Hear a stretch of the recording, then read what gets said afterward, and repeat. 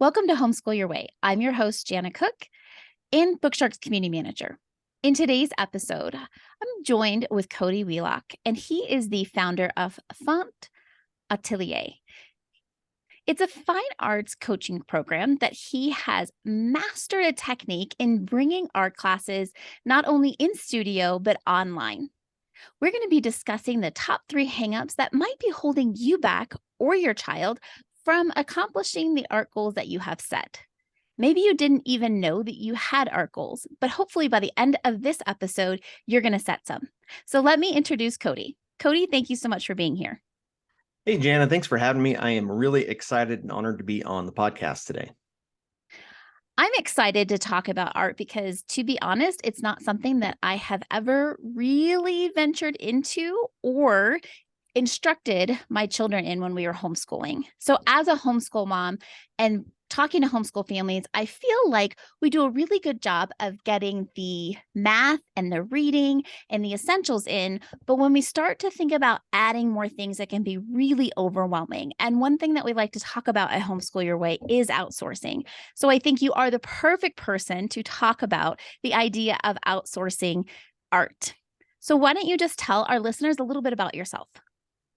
Yeah, sure. So, as you said, my name is Cody Wheelock, and I run Fount Atelier Fine Art, which is an art coaching program both in studio and online. And you're right. I think that a lot of homeschooling families hit a bit of a wall when they get to that point where they want to start incorporating a little bit of fine art instruction into their program. Because, I mean, let's face it, we can all read pretty well, right? We can all do some basic math. We can all, do some language arts types things and do literature. But when it comes to something like art, where it's a little bit more skill-based, and even music for that matter is probably in the same boat, that can seem a little intimidating because if as a parent, you don't feel like maybe you have the skills to do that well, it makes it hard to know how to teach that to your kids. So yeah, I think it's a struggle and a challenge that a lot of families face. Now, we're talking about what you have identified as maybe the top 3 hangups to not only, getting comfortable with bringing this subject into a homeschool environment, but just art in general. So let's jump right in. What is number 1? Yeah, so the 3 biggest hangups that I think a lot of families face when trying to implement a fine arts program or just learning to draw or paint themselves. Number 1, I think, is a lot of times just a lack of skill. A lot of parents, they just don't feel confident in their ability to draw or paint something well, and I think that a lot of people have a little bit of embarrassment over that, or they're just not sure how to do it. A lot of times people think that drawing is something you can do or you can't do. It's an innate talent. And yes, I do think that some people have a more accurate eye than others as far as copying what they see, and maybe their perceptual skills are a little bit more developed. But the truth is that anyone can really learn how to draw or paint at the high level. It's a skill that can be developed like any other skill. So really getting over that mindset is often the first hurdle. In your experience, why do you think that is such a hurdle in our mindsets? I know that I went to public school as a kid and I had art classes and I was, given some instruction, but as an adult, it's something I didn't pursue at all after those simple classes. But if we don't know how to read or how to pronounce something, I'm the first one who Googles it and listens to the pronunciation and maybe does it 50 times to figure out how to say the name of your company. But when it comes to art, I feel like I can't be the only one that there's just like this mental block. And do you think it's just a lack of pursuit, or do you feel like it's kind of been put in a box like this magical subject that shouldn't be touched unless you have a very clear and gifted instructor? Yeah, I think it's a combination of both of those things. So I definitely think a lot of people have it in your mind. I encounter these people all the time when I do shows and talk with families. they just, they think either you can do it or you can't. And, what's interesting is that studies have shown that most adults actually draw at about a 12-year-old level. And if you think about it, that's about the age that we start worrying about what other people think, and you start to get pretty critical and insecure maybe about your drawing ability. And so, all it takes is one negative comment or just comparing our work to someone else's, and we think, well, that's not our thing. We're not good at it. And so we just kind of shut it down. And then I think later in life, we just kind of keep that mindset as, oh, I don't know how to do it. I'm not good at it. This person is super talented. They were just born with that gift. And we kind of forget the fact that, you can learn how to do it just like anything else. And I think that maybe that hurdle is what prevents the pursuit to learn more. And the other issue with that, with the pursuit part is, when you're talking about math, you're talking about language, a lot of those things are pretty black and white, right? Like there's a solution that we can Google and we can find quickly. But when you're talking about something like art, well, in a lot of people's minds, that's very subjective, right? And so you can go on or down a YouTube rabbit hole all day and find 15 different explanations of how to do the same thing. And so I think it causes a lot of confusion, and we just don't know where to go. And, when that's the case, a lot of times I think we just kind of set it on the shelf and think, well, we'll go spend our time doing something else. Yeah, I'm going to spend my time doing something that I know I'm good at, which I have talked about in the past. That is such a fixed mindset, right? I'm only going to pursue the things that I am good at to make me feel better about what I'm doing, as opposed to a growth mindset where I'm going to get uncomfortable and I'm going to feel insecure, but I'm going to push forward. And as homeschool parents, I feel like we are insecure about so much that we're doing already that it's hard to open up and think, let's add one more thing that's going to make me feel uncomfortable in my day. But we're here to encourage parents that is actually the very thing that we can be doing, because it's demonstrating to our kids it's not just either you have it or you don't. You can be instructed to be better in anything if we are willing to be uncomfortable. So what would be the second hang up that you have found when dealing with people who just don't think they have artistic ability, therefore they don't even make goals? Yeah, I think the second hang up that a lot of people face after just thinking they can't do it is they don't know how to do it. They lack a plan. And again, in other subject areas, so when you think of math and even music to an extent, and there's kind of a structure, a sequence that you go through. You do this thing first, and then you do the next thing, which builds on that, and then you do the thing after that. But with art, it just feels really kind of up in the air, right? Like, I don't know where to start. I don't, a lot of people, they just end up checking out books at their library, buying things off Amazon, scouring YouTube for drawing tutorials. And there's no real sequencing or structure to it. And I think that having that lack of a structured, organized plan really holds a lot of people back, because they don't know what to do. Yeah. I have to stop and tell you that there was a time during COVID where my girls, like all of us, had a ton of time on their hands. And so one day I went and checked on them, and everyone had a Bob Ross video on, and everyone had a little a little canvas, and they were all doing it their own way. And part of me just laughed and said, "What are you guys doing?" But the other part of me walked in and I saw three of my girls interpreting his very same instructions three different ways. And I think we are in a society where comparison is such a big deal. So if I can't create a Monet, then I'm not going to do it at all. Right? Like, what's the point? Someone else can do it better than me. Yeah, I think that whenever you can have some sort of step-by-step plan, even at a smaller level, when you're doing an individual project or piece, it can be really helpful because it just gives you some direction.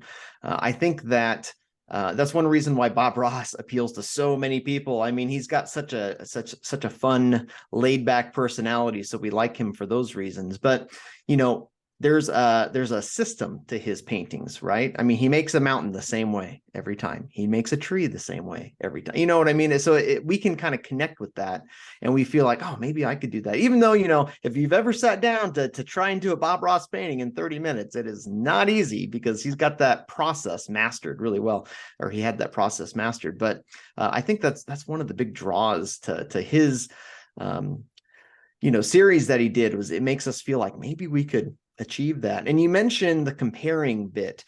I think really social media, for all the good things it does, it has ruined us in that sense, because how easy is it to scroll through Instagram, TikTok, Facebook, whatever social media platform you use, and all you see is everyone's best pieces, right? No one's putting their piece they threw in the trash up on Instagram for us to all look at, right? Everyone's just posting the stuff that they're proud of, that they want to post. And that can really cause us to think, there's no way I can do that. Everyone is so good.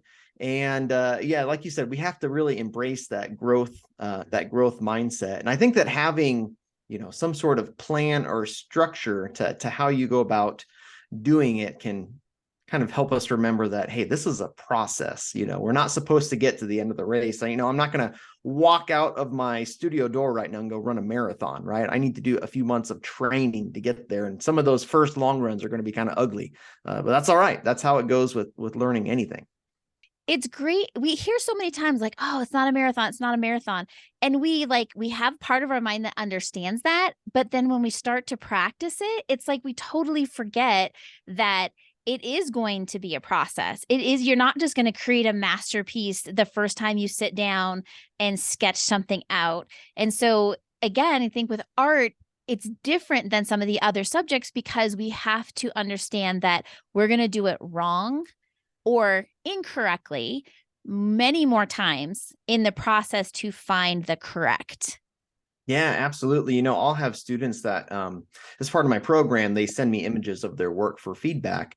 And so when I create the feedback videos for them, a lot of times they'll tell me in the email, along with the image, I'm sorry, there's so many eraser marks, it's not like super clean and perfect. And I always tell them in the video, I love it. I love to see those eraser marks and the fixes and all of that, because guess what? You're not going to hang that drawing or painting in the Louvre, right?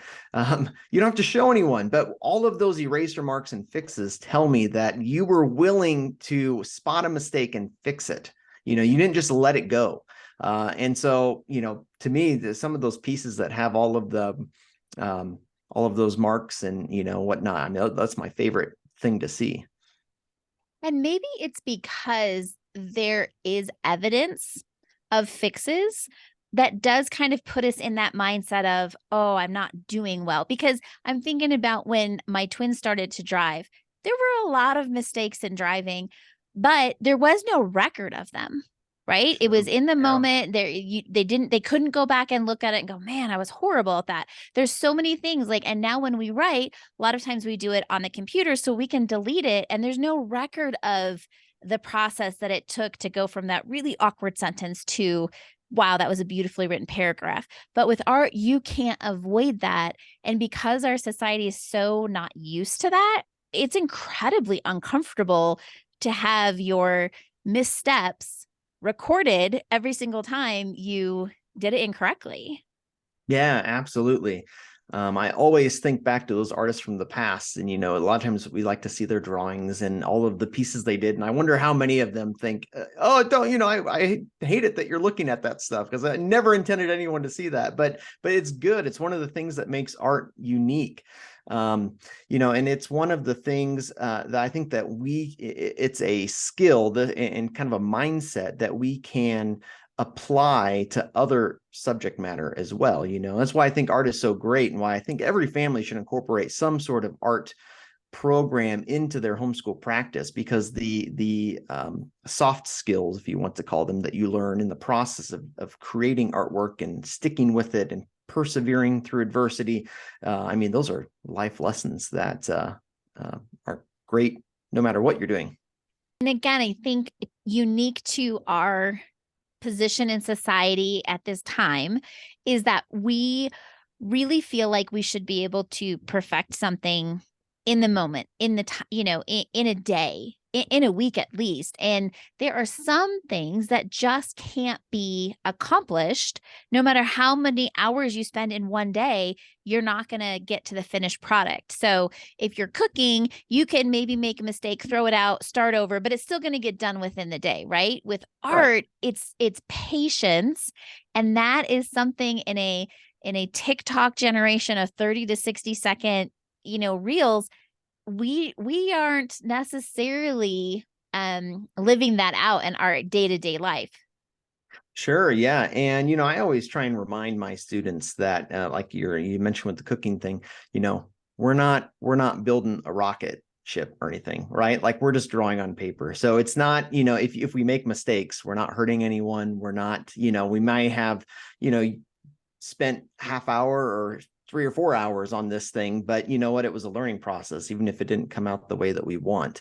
And art is also, it's one of those things that you're never going to completely master. You go talk to people that have been doing it for 50, 60, 70 years, and they'll tell you my next piece is going to be my best one, right? You can always get better. And that's one of the things I love about it. And it's what makes it, even if, let's say someone doesn't want to go sell their work and whatnot.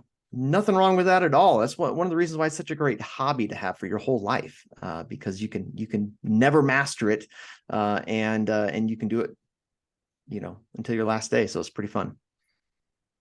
Well, I'm going to take your word on it that it's fun, because I'm It's I'm type still 2 fun. I always tell my students it's type 2 fun. Type 1 fun, that's fun in the moment. We love doing that. Type 2 fun is maybe in the moment, it's not always super fun, like your marathon, but after the fact, maybe we look back a little bit more fondly on it. Or, for all the parents out there, sometimes raising kids is that way. Mm-hmm. Mm-hmm. That is definitely some truth, Cody. Yeah. What would you say the number 3 hang up is? Sure. So far we have mentioned lack of skill, lack of a plan. And I think the third big hang up that a lot of people face is just a lack of feedback. So many times, we'll try and start something on your own. Think about a workout plan. I mean, there's umpteen number of New Year's resolutions that people throw out. And then we just get frustrated and we quit a few weeks in because we just try to do it by ourselves. And let's face it, it's kind of hard to go solo, and doing art and implementing art into your homeschool practice is no different. Oftentimes when you're just starting out, we don't know what we don't know. Our perceptual skills when we're learning to draw are not developed enough to be able to spot our mistakes necessarily. If you talk to people who do any sort of artwork or drawing or painting, this happens to me as well with my work. I'll think it's going great. I'll be working on it one day, set it aside, super happy with it, come back the next morning and I see all of the, all of the mistakes, but I didn't see them in the moment.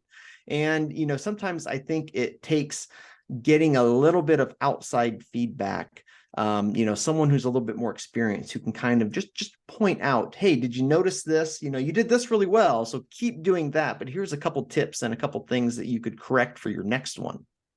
And I think that is really helpful, not just in art, but in any discipline, really. So in order to effectively give feedback in a situation like this, so you're saying that most families who are trying to implement some type of art in their homeschool most likely don't have that feedback system. So how can you correct that with the program that you offer? Sure. Well, one of the things that I do with all my students and clients that I work with is they'll send me images of their assignments. And what I do is I create feedback videos for them. And I always think a good formula for giving feedback, whether it's me talking to one of my clients or it's you talking to your son or daughter who's doing a drawing, I think it's good to keep in mind that we need to be providing constructive feedback. All right. A lot of times people will provide feedback, but it may not be constructive. Oh, that's off, that's off, that's off. And that's going to cause the student's confidence to just plummet. And so I always try to make sure that I find at least a couple of positives for every thing that could be improved. And so, because a lot of times, even in a piece that you look at and you think, oh my goodness, how am I going to critique this or give them feedback? There's always something that someone is doing well. And so I think that if we can focus on that and then kind of follow up with some improvements, that can be helpful. Now, if you're doing this at home and you don't necessarily have someone that you can lean on with more experience, working representationally is really helpful. So drawing things from nature, and I just mean, doing realistic style drawings, because nature kind of gives us a standard that we can measure up against. Because when you're drawing that bird, right, like it's either going to look like that bird or it's not. And so if we have a standard that we can measure up against and compare ourselves to, it makes it easier to provide feedback. A lot of times I'll have students who like to work from imagination when they start working with me. And they'll want to know, well, what can I do to get better? And I always ask, well, where are your references? What did you use to kind of help you put this together? And they'll say, well, I just did it from my head. So, well, it's really hard for me to, if we don't have that standard to measure it up against, it's tough. So in my program, one of the things we do is we talk about ways to check yourself and use proportional measuring to kind of learn how to spot your own mistakes and correct them. But there's several different ways to do it, but just a couple ideas on feedback. So as a parent, aside from art, but art as an example, how do you keep your child from hearing a personal criticism versus an instructional correction? Sure. Well, I think one of the first things is just to be very upfront and straightforward with the child. And it's a little bit easier if they're a little bit older, but and just let them know that, hey, you know what? Some people might say things about this if you share it with other people that aren't nice. But that's okay. Because at the end of the day, you need to try and align yourself with people, whether it be family members or friends or whatnot, that understand that it's a process and they're on your team and on the same page. And so that you can, get the constructive piece as well as the negative feedback piece, maybe the critique.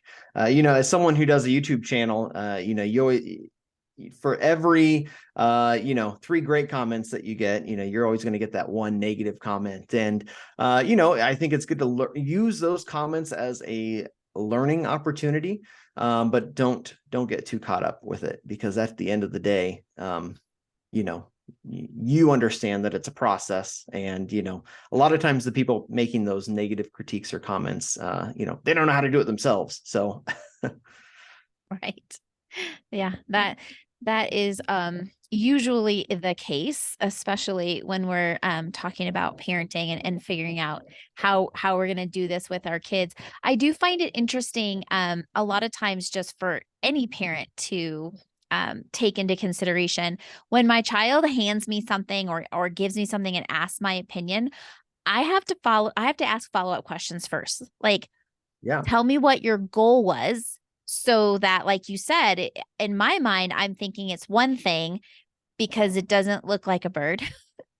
But if I know ahead of time, because you could say, oh, that's a beautiful horse. And they're like, oh, that was a bird. I mean, right there, your teacher student relationship and trust is broken from the beginning. And that is personal experience with my children. So asking what their goal was. So then as I am giving constructive criticism, it's not totally in left field. Because I think that's the other thing. Like, parents are like, I don't want to crush their spirit. I want them to love it and keep going. I would think, especially if they see in their child something that they're like, they might have a gift here, but it's not my gift. So I have no idea how to foster this gift. Right. So asking what the goal is, I think, is a really good idea, because otherwise it could just, your child's going to throw away the colored pencils and you're never going to get them to draw again. Yeah, you're absolutely right. And that's a great advice on asking questions to kind of get a feel for where things are at before you just start making comments. Because as we all know from experience, right, as parents, and just when you're in that, upper elementary, middle school, high school age range, little comments, that maybe we don't even think twice about can really stick with someone for a really long time. So we definitely have to be careful. And I think that's another reason why sometimes it can be helpful to get outside feedback, because as a parent, you're kind of in a hard spot in some ways, because of course we all want to give our kids praise, and a lot of times if we don't know exactly like how to help them with it, even if it doesn't look quite right, we kind of just stick with, oh, looks great. Oh, that's awesome. That looks fantastic. That looks so good. And they might show it to their friends, and their friends will say, that looks great. And so, that's not helpful if you're really trying to get better. And so I think it's good sometimes to find that outside source of feedback that can give you both, right? Here's what's great about it. Here's how you can improve it, or here's what you can improve, and more importantly, how to improve it, so we can learn from it and move on. Yeah. I think one of some best advice for homeschool parents is, if you are that uncomfortable with a subject or a skill, find a way to outsource it. Because if you're stressed about it, what is that going to communicate to your child as you're trying to instruct them in something? Like, I've never learned a foreign language. It wasn't ever a requirement, and I just never did. It's not that I don't want to, but then I'm trying to implement some stuff in my house, and my kids just look at me like, what are you doing? And kids, I mean, you had said your children aren't quite to that teenage section yet, but let me tell you, having 3 teenage girls, they will immediately let you know when what you're doing is just bizarre and off the wall. So I think that's another thing that parents don't want to put themselves out there, because who is your best mirror and going to call you a fraud? Unfortunately, it's the ones closest to you, because they know you. So outsourcing the art, outsourcing the things that you have no clue, and learning it together. It doesn't have to be, okay, you go to this art class and I'm going to wait in the car for you. It's like, hey, you can sit in on it and be a part of it, so that you guys can grow together, and it can be a good bonding experience, as opposed to then they bring it home and they're like, what do you think? And you don't know what to say. Yeah, absolutely. It's funny. I've had several kids that I've started working with them, and then pretty soon, a few months later, the parent hops in because they're like, oh, this is really cool. I want to do this too. And, I think it's important to remember that as parents, and I think homeschool parents especially, put a lot of pressure on themselves to, do it all, to do everything. I think we have to remember that we can't do it all. There's no way we can do it all. And that it's okay to not have all the answers, and it's okay to find outside help. And what a great life lesson is it for our kids if they see that we're not trying to have all the answers, because like you said, they're not dumb, right? They can see right. If we're trying to fake it, they can see right through it. And so, let's not even try to fake it. Let's just say, yeah, you know what? I don't know how to do this. I don't know how to play the piano. I don't know how to, do calculus. Let's try and get a little bit of outside help, and let's learn it together. What a cool experience that is. Yeah. We're hopeful, right? That's all we can do is hope that what we bring to our children, and the lifelong learning attitude that we hopefully live, is contagious then to our children, that they would want to continue in that. Now, I have to ask, of your 2 children, do they both enjoy art? They do. They enjoy art in different ways. So my daughter Alana is 9, and I would say she enjoys art in more of a crafty way. She likes to create and glue all sorts of things together. She's always hoarding some sort of recycling material in her room that she can make something out of. And then my son, Asher, who's 7, he's just kind of getting into enjoying representational drawing a little bit closer to what I do with my students. But I try to encourage it. I never want to force them, to do what I do necessarily if they don't want to. But they are creative in their own ways. So it's kind of fun to see how that manifests itself. Yeah. Would you agree that any type of art instruction, specifically what you offer, is going to help children want to see how art works in life? Yeah. Oh, yeah. I think that it's all good. I do think you have to be a little discerning as a parent because it is such a wide breadth of styles, processes. And there are a lot of we hear the stereotypes of artists where it's all up in the air and touchy feely, and it's all about express yourself. And I think that there's nothing wrong with that, but I do think it's helpful to find something that has like what we just talked about, something that has a little more structure to it, that where you're actually developing a skill, you're kind of starting simple and building on it, and then something that gives you a little bit of constructive feedback. Because if we're just doing splattering paint against the wall, I mean, that's fun, there's nothing wrong with that, but probably aren't going to get quite as much from that as you are actually finding something a little bit more structured, if that makes sense. Yeah. And what I do love about your YouTube channel is that you do kind of give some history. You are explaining how artists just don't wake up and create a masterpiece. There is, like we talked about in the beginning, there is a process, there is a plan, because I think that since our society has kind of gotten away from the fine arts, we have this idea that if you're talented, it will just come out. Yeah. And if you can't just produce it, then you must not be able, you don't have the ability. And I think those two things are separate, and they don't necessarily, one can't lead to the other, but one, if you have the plan and the discipline, you can produce fine art, you can learn it. Yeah, absolutely. And like we've talked about previously, you don't have to sell it. You don't have to put it up in a museum or show it to anyone. It's a great thing to get into. And you're right. Like my program that I do, I model it based on the 19th century French academic method of training, which I know is kind of a mouthful. That's where the term atelier comes from. It's actually a French term that means studio, but there was a system. There was a process that you went through, and you developed your skill. Art used to be much more like how you learn music and how you still learn music today. And that if you learn piano, you have to first learn where in the heck are you going to put your fingers. What are the hand positions? What are the notes? Play scales, and then you build on that, and you start playing some sheet music with one hand, and then eventually you put in the other hand, and even then, a lot of times when we play that sheet music, it it sounds very kind of stiff and robotic. And it's not only until it becomes second nature that then you can start to express yourself and put your own kind of creative voice into it. And I feel like, that's how art used to be taught. It's harder to find that today. But yeah, I think it's important to look back on history. There's a reason that there were so many fantastic artists back in the day. They didn't all just, as you said, roll out of bed being able to do these masterpieces. They were trained. And so trying to, if it ain't broke, don't fix it, right? Let's go back and see what worked for them and see how we can incorporate that and implement it today. Yeah, I think a lot of people would not equate art with discipline, and that Yeah. may be where we are falling short in how we are looking at this particular subject.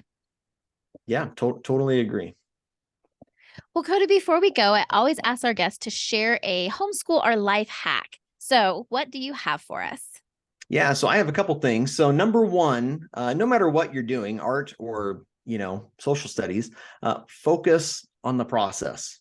All right, don't get so wrapped up in the end goal or the result. Right? Yes, we want a good result, whatever you're doing, but more importantly, just take one step at a time and just focus on the process of getting there. Because if we fix our attention on that end result, sometimes that just seems so big and intimidating that it's just like we'll never get there.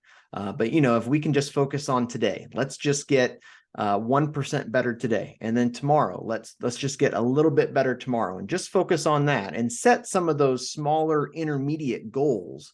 I think that can be a lot more helpful. And I'm always big on setting SMART goals. So setting goals that are specific, that are measurable, that are actually attainable, they're relevant to your end goal, and that they are time based, and that way we can set goals that we can actually hit. I think that's a great encouragement coming on to the new year with all of our New Year's resolutions that by now have probably been long forgotten. Right. unfortunately. But hopefully, homeschool is still on people's radar as they are coming through into the spring and thinking about finishing up their homeschool season. Cody, I want to thank you for taking time. Can you go ahead and just tell our listeners where they can find you? Yeah, definitely. Well, the first thing you can do is to check out my YouTube channel. If you just type in Fount Atelier, and that's Atelier, Atelier, it should pop up. But I put a lot of short videos with studio tips, just some encouragement, and I document some of my outdoor painting trips that I do. And then if you want to learn more about my coaching program, I'd really encourage you to check out my website, www.fountatelier.com. If it looks like something you want to learn more about, we can definitely set up a free online coaching session where, you know, we can talk about their child's work, kind of what they're looking for, maybe some strategies, and I can share how my program works and in case that's something that they want to pursue. We will have all those links available in our show description. So, Cody, thank you so much for taking the time to give us the top 3 hangups of why maybe this idea of art just isn't going anywhere in our homeschool. I want to thank you guys for listening. Until next time. Bye-bye.